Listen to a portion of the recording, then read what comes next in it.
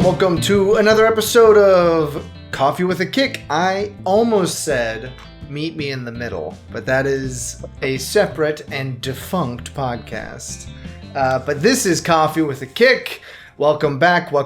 It's been another weekend. I'm Zander. That's Kegan. And it was a wet and wild week, I'd say, in the EPL. A lot of rain over the weekend. Some heavy rain at times led to some sloppy conditions. But what do you want to say? Do you want to jump right into it? Yeah, I say we jump in. It was an exciting weekend. I'm ready to talk about it.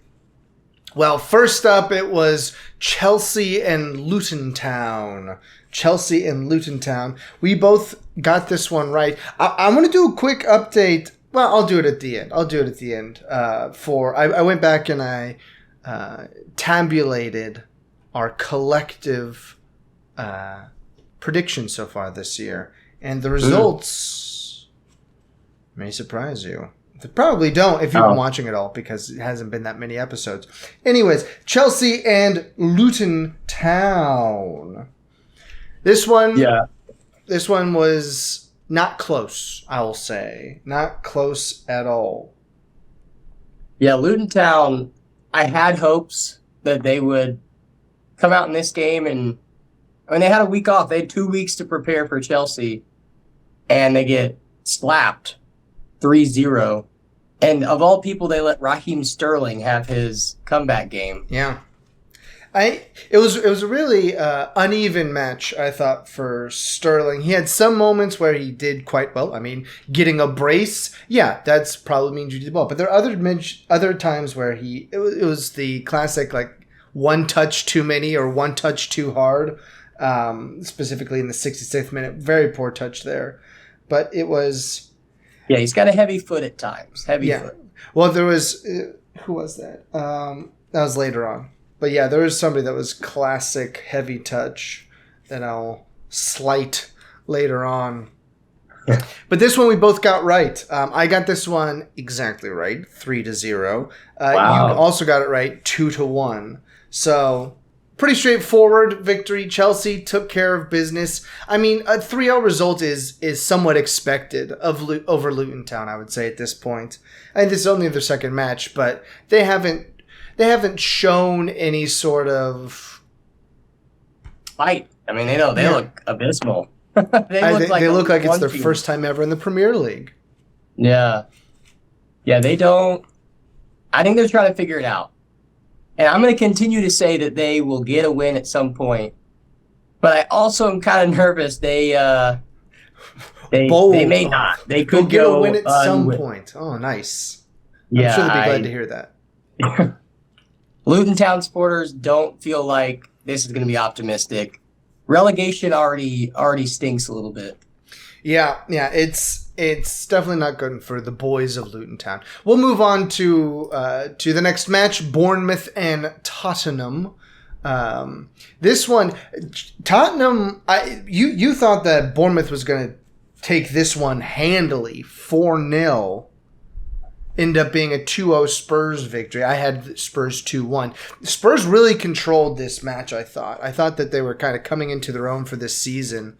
I said Bournemouth 4-0. You said Bournemouth 4-0. I was feeling bold. Wow. You were definitely bold. I mean, you also picked City 7-0 later on. So, yeah.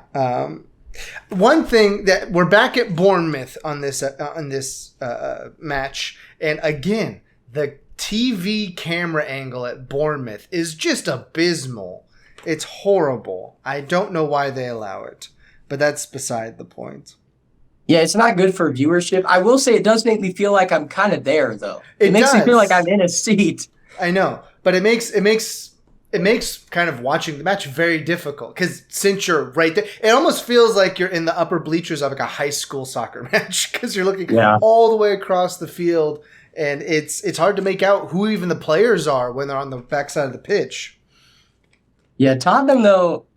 They look good without Harry Kane. I mean, they look like they're less reliant on him and more a little bit more creative, a little more fluid. Yeah, and it really could have been a lot worse for Bournemouth. I mean, how Richarlison doesn't score there in the I think that's the 36th minute.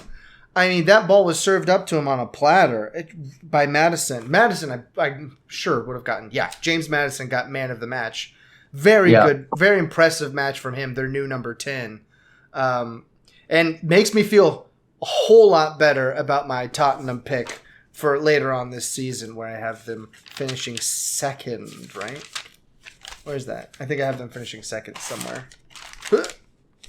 Nope, not this piece of paper. Whatever, I'll find it later. Yeah, Richarlison, he's that kind of player that will score a hat trick in an amazing way. Then he'll also miss tap it. Yeah. So you just never know what you're going to get. He's very volatile, but Tottenham got it done. Definitely. Handily. Took care of business away at Bournemouth. Now we will move on to the next one, which neither of us got right. Arsenal and Fulham. Fulham showing they have some staying power this season. I thought that they would fold, but listen, they go into Emirates Stadium and take a point away. A very gutsy point. I mean, coming back in the 87th is no joke. Yeah, I felt like the Saka penalty, it could have gone either way. The Nketiah goal was very much in bad taste. You know, Fulham had their guy down for almost a whole minute. And then they just kept going and scoring, and it was bad taste. And surprise, surprise, the gap on defense was right where the man down was. I mean, it kind of is payback because Saka, I mean, the goal in the first minute for Fulham, whew. I mean, there were a couple nightmare giveaways this weekend where you're just like typically solid, really good players are just like Alexander Arnold in Liverpool match, terrible giveaway. This one here by Bukayo Saka, normally very serviceable and in fact quite good players. Yeah, just totally boneheaded plays that give up goals, out of character for certain. Yeah, it was. You know, I was watching it live, and I felt like Fulham deserved their second goal. After the second goal from Arsenal was in bad taste, 10-man Fulham, it was a beautiful goal. I believe it was off a corner, right? Yeah, off of a corner. It just a very tough first touch to kind of settle it for himself there, and then just driven right into the back of the Arsenal net. Here was my other slight. Right into the neck. And classic Adama Traore sighting here in the 91st minute. Super fast breakaway down the sideline, and his lack of touch catches up with him again when he boots it 7 yards out in front of him right when he's about to take his shot. I mean, if there was any chance that could have put his career back on the map, it would have been something like that. But it was like, that's why I'm not. Listen, that is a Traore, not a Torre. Yaya Toure. It's a Yaya Toure uniform. That is an Adama Traore kit. But I am not sad that the Wolves sold him, I suppose, because just that last touch is not good for Adama Traore. He's got a lot of baby oil on. Mr. Baby Oil. A ton of speed. Speed demon. I'll give him that. But just lack of touch. Lack of touch for sure. So we both got that one wrong. We both had Arsenal winning. I mean, reasonably, we both had Arsenal winning. But yeah.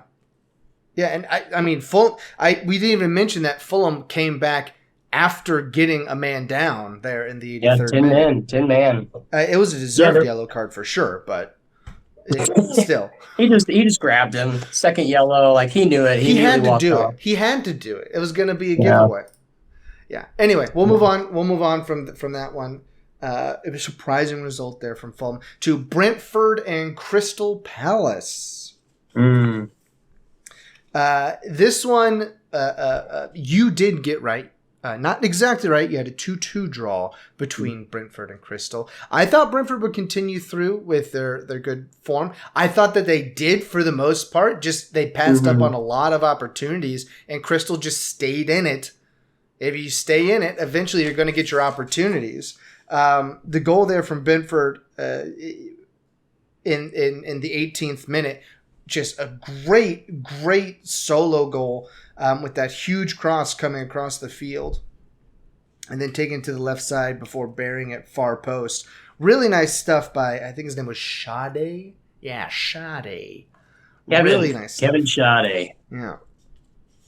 Yeah, to me, Brentford looked the better side for most of the game, but like you said, Crystal Palace hung in. And I really think I mentioned I thought Crystal Palace would be more attacking, but it seemed like they just played to their strengths a little bit and their strong midfield. And ended up scoring 76th minute, rode really out the weird game, goal. got the draw. Really weird goal. It was.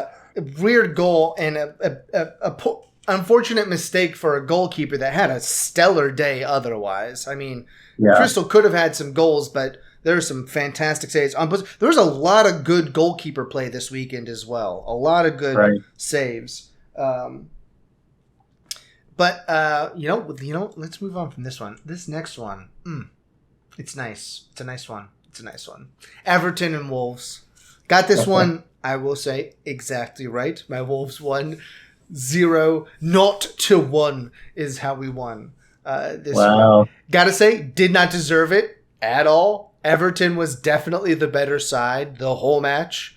But listen, if you can keep them out, if you've got your goalkeeper in there, what's his? I know his name. Pickford? No. Our goalkeeper, Desa. Yeah, right. Desa, yeah. Yeah, dude, played incredible. Kept us in the match. Jose Sa. Yes, Jose Malheiro de Sa. Yeah, he had some awesome saves. He's the reason Wolves escaped. The 67th minute save where he's totally falling backwards and just pops the ball over the top of the net, over the top of the bar. Fantastic move there. Really, really nice look there for him. There wasn't a lot to talk about in this match, to be honest, aside from it being my Wolves winning. 87th minute, we have this 6'5" tree of a forward all of a sudden. Gets a great ball in, great header, redirecting it to the far post. Kalajdzic, one of those where you smack 7 syllables together and you're supposed to make a sound. Right. But it was good. Kalajdzic. Something like that. Yeah, I think Wolves, they seem like they're still trying to figure themselves out. They seem like they know how they want to play. They just don't actually know how to play that way yet. So I think when it clicks, they'll start to be dangerous. But right now, they're still trying to figure it out. We've got 3 points on this one. Everton is not a terrible side. Well, at least they didn't show to be a terrible side in this one. Still haven't scored this season, which is not great. They've had so many opportunities. It's kind of stunning that they haven't gotten a goal. But listen, I will take the 3 points and go wherever we go next. I don't know if we're home or away. But we'll move on. We'll move on from that one. Wherever the Wandering Wolves may travel. They are the Wanderers, Wolverhampton Wanderers. Next up, we've got Man U and Nottingham Forest. You almost got this one right. You had it right for a little while, at least. I know. I don't know how it happens. They're up 2-0. 2-0 is the most dangerous scoreline. But you go up 2-0 in the first 4 minutes, you've got to put it away. I couldn't believe it. Yeah, it is. And they weren't super fluky goals for Nottingham Forest. No. But it's like they got those 2 goals and then they let their foot off the gas and then Man U's like, oh wait, this is Nottingham Forest. We just need to work at this game. We will get ourselves back in this game. They got once you come back to 1-2 there in the 17th with the Christian Eriksen goal, you could feel the momentum just slowly building for United, even though I didn't want it to happen. You could feel that the momentum. And then Nottingham Forest gives up the red card in the 67th minute. I thought the red card was a bit harsh. I didn't like. It looked more like a tangle of legs to me than anything else. But it's one of those things where they're not going to re-adjudicate the decision of the primary official there, the center ref. I think the intent wasn't there fully. Yeah, I think it was more just like you said, tangle of legs. But just don't put yourself in that kind of situation. That's what I say. Yeah. Don't put yourself in a situation to get a red card, and you won't get one. Yep, and then you get Marcus Rashford down there, who he drew the foul perfectly fine there for the PK there in the 76th for Bruno Fernandes. It was a PK. I mean, yeah, there's nothing you could say about it. Like they fouled him in the box. Was he going to go down? He was always going to go down. I mean, he was going towards the touchline. But yeah, you got to roll with the punches there. You could feel it happening. Mm-hmm. Like Casemiro, once he scored, it's like, all right, Man U's going to win at some point. Nottingham just looked like they didn't even want to be there anymore. Mm-hmm. So like you said, really was a clever free kick. Really was a clever free kick there for the Casemiro goal. Yeah. Yeah, I mean, you win some, you lose some, and this time Nottingham Forest lost it pretty bad. Well, they will probably... I mean, they were used to it from last season, but they will continue to be used to it this season. Next up, to round out the Sunday action, we've got Brighton Hove Albion and West Ham United. Neither of us... Oh, wait. Yeah, neither of us got this one right. Because Brighton had looked so good so far this season, and they're at the Amex. You think they're just going to walk away with it. But West Ham had other plans.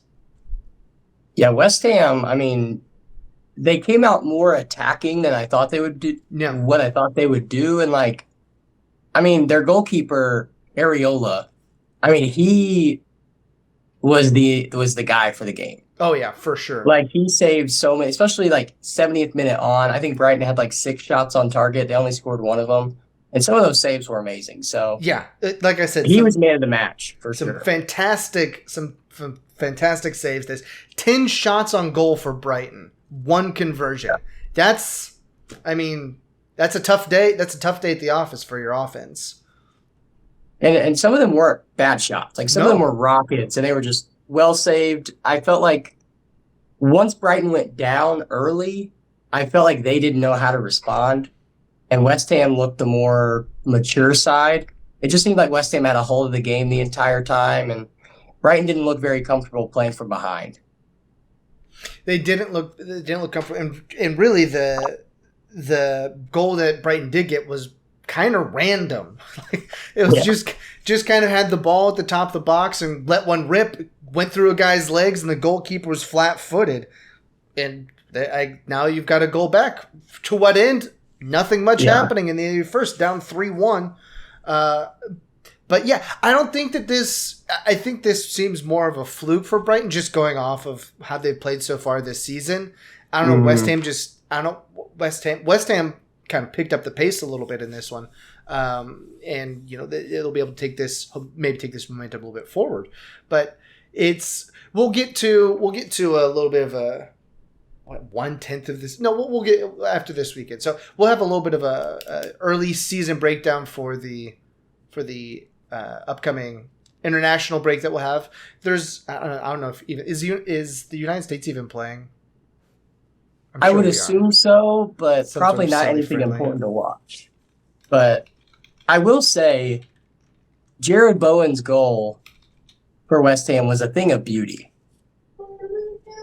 Benrahma went and he crosses it, and Bowen literally touches it, and it just stops on his foot. Oh, yeah. And then he kicks it in. Oh, my goodness. Yeah, I've seen my note. That was the fantastic, huge ball in, a little bit of hold-up play on the left-hand side. But all three of that link-up play there, the one from midfield out wide, the one from out wide back in, and then that touch, you're right. That Bowen touch, soft as silk, dude. Listen, Adama Traore Other end of the spectrum, Jared Bowen. You know, it was a fantastic thing.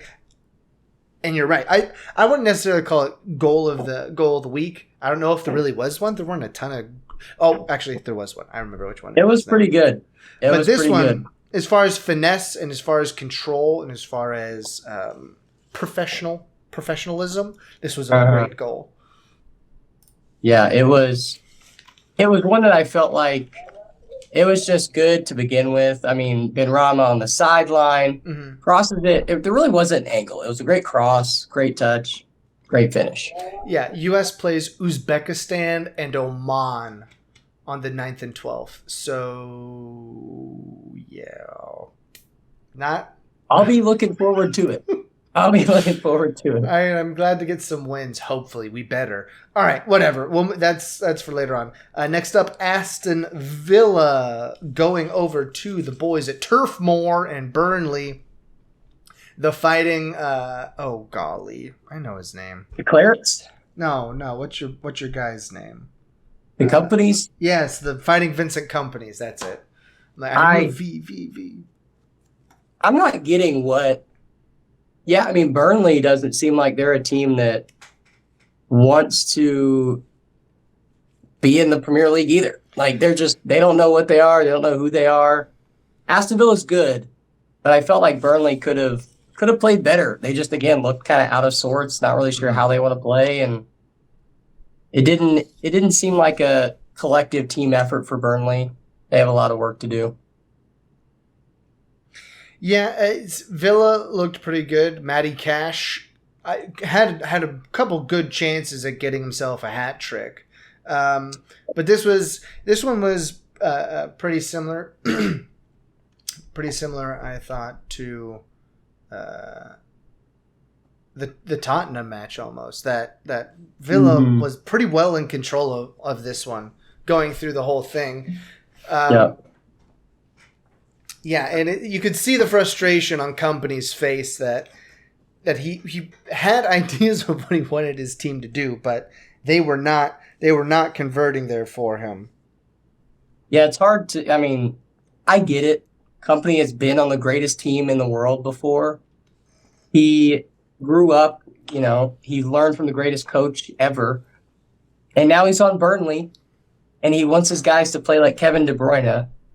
But they're playing like Harry Maguire. It's just a team of 11 Harry Maguires, and it's not working out for them. They got to do something, or else they're going to join Luton in that bottom three. Yeah, and have a quick trip up, quick trip down. Yeah, not a lot to say about this one. Which is crazy because I think they broke the record for scoring goals in the championship last year. It was something like that. So it's kind of shocking that they're coming out just so flat-footed. Well, let's see, do they have any? I don't know if they have any major injuries or anything going on, but that's beside the point. Just to their ego. Just to their ego. Next up, we had a match that was much. Oh, I've forgotten to say. Let's see. We both got Man United Everton wrong. Man United Nottingham wrong. I got Wolves right. You got it wrong because you said they were going to draw. Brighton and West Ham. We both got wrong, and I got Villa, Burnley right. You did not. You got a draw. Anyway, that'll catch us up. You're cooking me. It's 2 straight weeks. Well, no, we both ended up at 500 for this week, I believe. All right, that makes me feel better. Oh no, you missed 6. So yeah, you're 4-6 this week. Anyway, we'll move on to Sheffield United and City, a much closer match. Well, on the books than you would have expected. 1-2 doesn't tell the full match story. I mean, City was Holland looked better in this match. He was a little off in the last one. Looked better in this match. The conversions weren't quite there. Except, I mean, his penalty, he hammered right into the post. So classic City trouble with the penalty sort of scenario there. Yeah, it reminded me of City 2 years ago when there was about a stretch of 7 games where we literally could not break through any team. Like, we were pushing and pushing and pushing, and until the penalty, we really didn't get any chance. Like we had most of the ball. It just didn't seem like we could find that final pass. Most of the ball. Let me just go through some of these stats here. I'll simplify. It was 79.5% to 20.5% possession. 30 shots, 9 on goal for City. Almost 1,000 touches across the match, 917. I mean, a lot of teams will sit back, but Sheffield United was trying to put that, sit back and then end up in the car behind you almost. As far as it felt like, I don't know if you've ever seen the stat of that Celtic game whenever they played Barcelona back in 2012 maybe. But no. Celtic had like 9% possession and won the game 1-0. Oof. And it was like Barcelona had 900 passes, Celtic had 80. It felt like that kind of game. Like Sheffield, they converted 1 goal.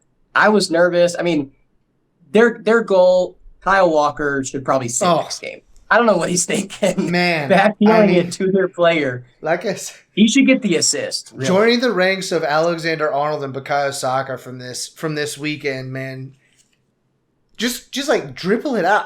It was truly stunning. A shocking turn of events there. Yeah, on Haaland's goal, it was a very, very nice goal. Grealish and Haaland hooking up. Haaland, he looked so relieved when he got that header in there because he knew that he should have had some previously in the match. But yeah, I don't know. I do not know what Kyle Walker was thinking. Well, luckily, he had time to kick it to the side too, and he just was like, let me backheel it into the box. Backheel it into the box blindly. Like he wasn't even looking back there. He did make up for it there in the next couple of minutes though, because he was really pushing everybody forward. And for Rodri, let me just read you my my note here for Rodri. Friggin' missile by Rodri, dude. That one. He's a big game player. He came through you in the big moment there. I think that one might be my goal of the week, just because I mean, it was a great pass in by Kyle Walker, a little bit of a bounce up by Phil Foden, and then Rodri. I mean, the cleanest of catches there on the half volley. Oh, yeah. I mean, you blink and it's already past you. It was incredible. Yeah, Rodri. He scored some of the biggest goals in our history. Good one. Yeah, Rodri's just that guy that when we need something, he's going to deliver. And I was happy when he did that. I will say that. I'll admit it. I was happy, but City should have never been in that position anyway. Let's be honest. Fair. Should not have been. I mean, it did take one of the all-time boneheaded moves for you guys to be there. So that says a little something. But yeah, it was. But I'll take it away 3 points. I'll take that any day. Even if it's against Sheffield, newly promoted Sheffield United. And then we'll move on. 3 points is 3 points. And then we'll move on to this next one. This next match made me so angry. Newcastle United and Liverpool. So angry. I don't know how, if you're Newcastle, you lose this match. Not even draw. I could understand a draw, a fluke goal at some point. But you go ahead and lose this match? Liverpool goes down to 9 men in the 28th minute when you're already up 1-0. 10 men. Sorry, what did I say? You said 9 men. They should have gone down to 9 men, though. Yeah. Trent Alexander-Arnold escaped a second yellow. That on the back end, most of the reviews are saying he should have gotten a second yellow. It should have been 9 men. That's why it was down, because he should have had that. And truly, I mean, it was a straight red, but yeah, it was a straight red. As much as like it was a marginal call with the legs getting tangled in the other match this weekend. This was a pure kick. In the menu. This was, I mean, pretty easy. Tackles are supposed to go around people, not just like straight through them. You know. Yeah, he was the last man, and it was an easy call. Van Dijk pretended to be shocked, but I think he knew. And he pulled a straight up Karate Kid and swept the legs. I mean, there was nothing that he could say to protest that, really. But I'll be honest, even though Newcastle scored first, they really only scored because of that Trent Alexander-Arnold mistake. Yeah. And the rest of the game, I didn't feel like Newcastle was very convincing. No, they had a couple of chances, but I don't understand it. I didn't understand. I was watching the match and I couldn't understand why Liverpool was doing so much better. I mean, Newcastle's at home, so you think they should get a little bit from the crowd, but it's almost as though they got that fluke goal, got that red card, and they're just like, we're Newcastle, we know how to coast to 1-0 victories. And then it just kind of kept... No, they don't. And this season, I guess they don't. Because they kept rolling. Liverpool kept pressing. They kept up the pressure. Now, the first goal for Nunez was a bit of a fluke. I will say. Because it bounces off the guy's butt, and then he backheels it over his head almost. It was a beautiful touch to Nunez. I'll say that. What a pass. It's true. It was a beautiful pass through to Nunez. And to be fair, Nunez puts it away. I mean, great strike there. And he's far out, first timer from right outside, near the outside of the box. Laser. Yeah. Should the goalkeeper have done a little better with it, with how distant it was? Sure. But, you get caught flat-footed sometimes. Now, the second one, much better through ball. It was like a more refined version of the previous goal, really, is what it was. Because the through ball was perfect. Yeah, great ball in. First timer by Nunez. And Liverpool go up 2-0 in the 90 plus 3. And you're like, yeah, they kind of deserve it. And I was so mad. Because Liverpool is supposed to fire Jurgen Klopp this season. And now he gets saved. I really thought this was going to be the game where he might step down if they lost like 4-0. Yeah. And it was almost like Newcastle got the goal.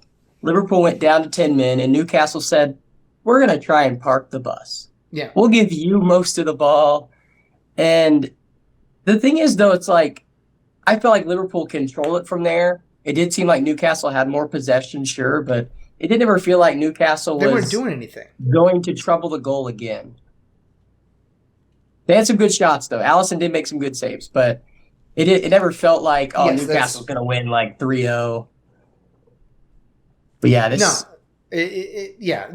again, the goalkeeper play this weekend was really fantastic. Kept a lot of these matches interesting. But again, Newcastle, I think at the end of the season will be looking back on these, on missing out on all these points and really regret it. I feel like they should have gotten something out of this one.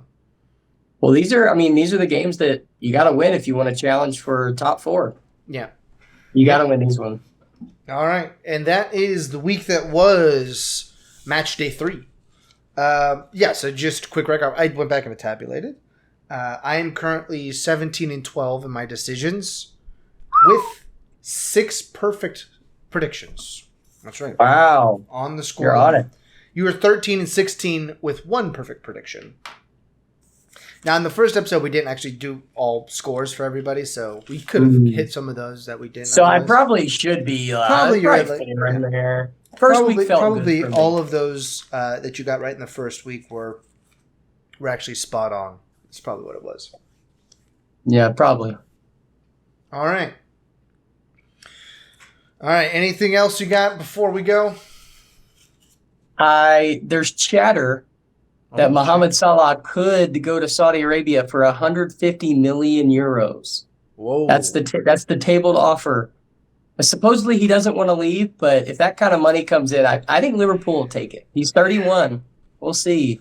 Yeah, they're pulling the whole live golf strategy. Just throw way too much money at people. Just way too much money. But yeah. Yeah, I mean, they have some teams, though, that could compete. I mean, if you look at some of their rosters over there, all of them definitely within the 29 to 35 range. But... the Sunday afternoon club, they could probably definitely do well in. That is one difference between like soccer and golf is that like if you get good players on a soccer team, you're actually a good soccer team. In live golf, if you get a lot of mediocre and aging golfers, it's not good. So we'll see. I mean, I don't know how much Liverpool will miss Salah. I mean, he hasn't done a lot this season so far and hasn't looked super sharp. I think what they would miss most is the attention that he attracts, because they always have to be worried about Mo Salah, but he hasn't been very productive so far this season. if memory serves. I could be. Yeah, he's the guy though. That he's give their him guy. any game he can get a hat trick. So I think they'd miss him more than they think. It wouldn't shock me though if they accepted the bid, because then they might use that funds to go out and get a couple more guys. Yeah. But it'd be a shakeup. I think they lose their top 4 hopes if they get rid of him. Hey, and maybe that brings back my hopes of a Jurgen Klopp resignation, sacking, something. Why I'm so anti-Jurgen Klopp, we'll never know. We'll never know. I'm pretty sure the end of this year is the end of his contract. I don't think he's signed a new one. So you've said that. So you've said that previously. So I'm going off of what you said previously. I still want him sacked, though. I want him out of here. Don't let him see the end of the contract. No. Get him out. Get him out. All right. Well, we will be back on Friday with our predictions for this weekend, and then we'll see what we're going to do for next week or the next weekend when everybody's off gallivanting about their various, what do you call it, international duties. But in the meantime, grab some coffee, watch some soccer,